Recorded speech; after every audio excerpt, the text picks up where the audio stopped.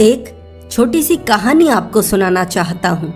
यह कहानी उस समय की है जब बुद्ध सिद्धार्थ थे, यानी जब उन्होंने आत्मज्ञान प्राप्त नहीं किया था।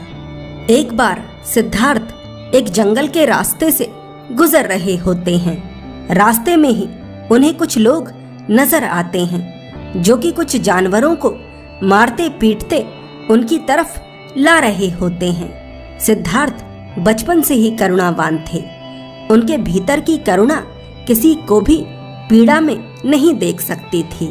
इसलिए सिद्धार्थ दौड़कर उन लोगों के पास पहुंचते हैं और उनसे पूछते हैं, क्या हुआ भाई, तुम इन बेजुबान पशुओं को क्यों मार रहे हो? वे लोग कोई और नहीं, राजा बिंबिसार के सैनिक थे। राजा बिंबिसार मगध राज्य का राजा था। वे सैनिक सिद्धार्थ से कहते हैं, हम राजा बिंबिसार के सैनिक हैं और हमें राजा के द्वारा यह आदेश मिला है कि हम इन जानवरों को बलि गृह ले जाएं। बलि गृह का नाम सुनते ही सिद्धार्थ का हृदय कांप उठता है। सिद्धार्थ लड़खड़ाती हुई आवाज से पूछते हैं, परंतु क्यों? वे सैनिक सिद्धार्थ से कहते हैं, आज हमारे महाराज 100 पशुओं की बलि देने वाले हैं। यहाँ इनके प्राण जाएंगे और वहाँ हमारे राज्य में खुशहाली आएगी। जैसे ही सिद्धार्थ उन सैनिकों के इन शब्दों को सुनते हैं, उनके पैरों के नीचे से जमीन खिसक जाती है और उनकी आंखों में आंसू भर आते हैं।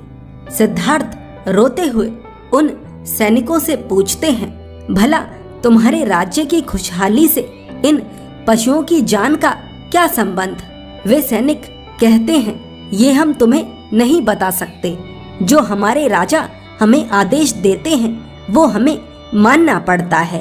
अब तुम अपनी बातों में उलझाकर हमारा समय बर्बाद मत करो और हमें जाने दो। सिद्धार्थ की आंखों में आंसू थे और हृदय में क्रोध। वे उन जानवरों का रास्ता रोककर खड़े हो जाते हैं और उन सैनिकों से कहते हैं, अगर तुम्हें इन पशुओं की बलि देनी है तो उससे पहले तुम्हें मेरी बलि देनी होगी। वे सैनिक कहते हैं, ए सन्यासी, रास्ता छोड़ो और हमें जाने दो। अगर हम समय पर नहीं पहुँचे तो राजा बिंबिसार हमें दंडित करेंगे। सिद्धार्थ कहते हैं, यदि बलि देने से ही तुम्हारे राजा का कष्ट दूर होता है, उनकी परेशानियां दूर होती हैं, तुम्हारे राज्य में खुशहाली आती है, तो बलि मैं अपनी दूंगा, परंतु इन बेजुबान पशुओं को बलि गृह नहीं जाने दूंगा।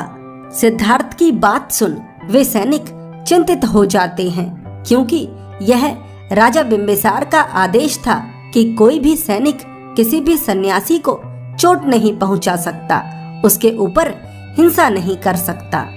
उन सभी सैनिकों में से एक सैनिक दौड़कर राजमहल पहुंचता है और राजा को सारी बात बताता है।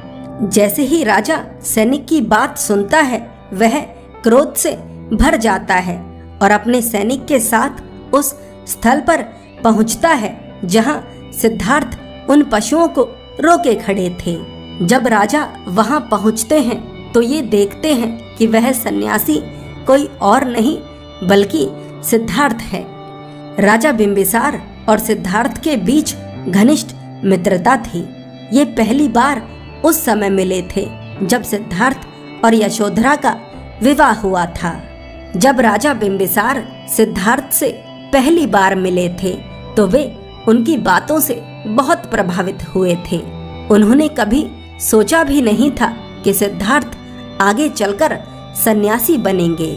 सिद्धार्थ को सन्यासी वस्त्रों में देख राजा बिंबिसार की आंखों में भी आंसू आ जाते हैं। राजा सिद्धार्थ से पूछते हैं, युवराज, तुमने ये अपना क्या हाल बना रखा है? सिद्धार्थ कहते हैं, मैं सत्य की खोज में निकला हूँ और जब तक मुझे सत्य प्राप्त नहीं हो जाता तब तक मैं पीछे नहीं हटूंगा। राजा बिंबिसार सिद्धार्थ से कहते हैं, यदि तुम्हें तप ही करना है तो हमारे महल में चलो, वहां तुम्हें कोई परेशान नहीं करेगा। सिद्धार्थ कहते हैं, नहीं, यह मार्ग मेरे अकेले का है और इस पर मैं अकेला ही चलूंगा। राजा बिंबिसार सिद्धार्थ से कहते हैं, मैं बहुत असहाय महसूस कर रहा हूँ क्योंकि मैं चाह कर भी अपने मित्र की सहायता नहीं कर पा रहा हूँ। सिद्धार्थ राजा से कहते हैं, ऐसा नहीं है, आप मेरी सहायता कर सकते हैं।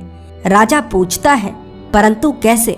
सिद्धार्थ कहते हैं, केवल मेरे एक प्रश्न का उत्तर देकर। राजा पूछता है, कैसा प्रश्न सिद्धार्थ? सिद्धार्थ पूछते हैं, राजन, यदि आपके ऊपर कोई विपदा है, कोई कष्ट है, तो इन बेजुबानों की बलियों से क्या होगा?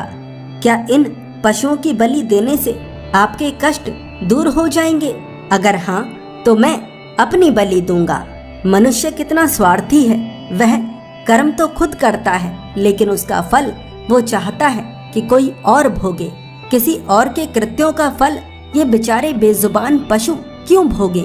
राजन, आप अपने हृदय से पूछिए, क्या यह अन्याय नहीं? राजा बिंबिसार सिद्धार्थ को अपने गले से लगाते हैं और अपने सैनिकों को ये आदेश देते हैं कि आज के बाद मगध में कोई बलि नहीं दी जाएगी। राजा बिंबिसार सिद्धार्थ से कहता है, मैं भूल ही गया था कि जीवन सिर्फ मुझ में नहीं बल्कि हर पशु पक्षी में है। सिद्धार्थ कहते हैं, तो कृपा कर इन पशुओं को छोड़ दीजिए। राजा उसी समय उन पशुओं को छोड़ देने का आदेश देता है। अगर आप गौतम बुद्ध के पूरे जीवन को सरलता से समझना चाहते हैं तो यह ईबुक आपके लिए बहुत सहायक है। आप इस ईबुक को डिस्क्रिप्शन में एक लिंक दिया गया है, वहां से प्राप्त कर सकते हैं।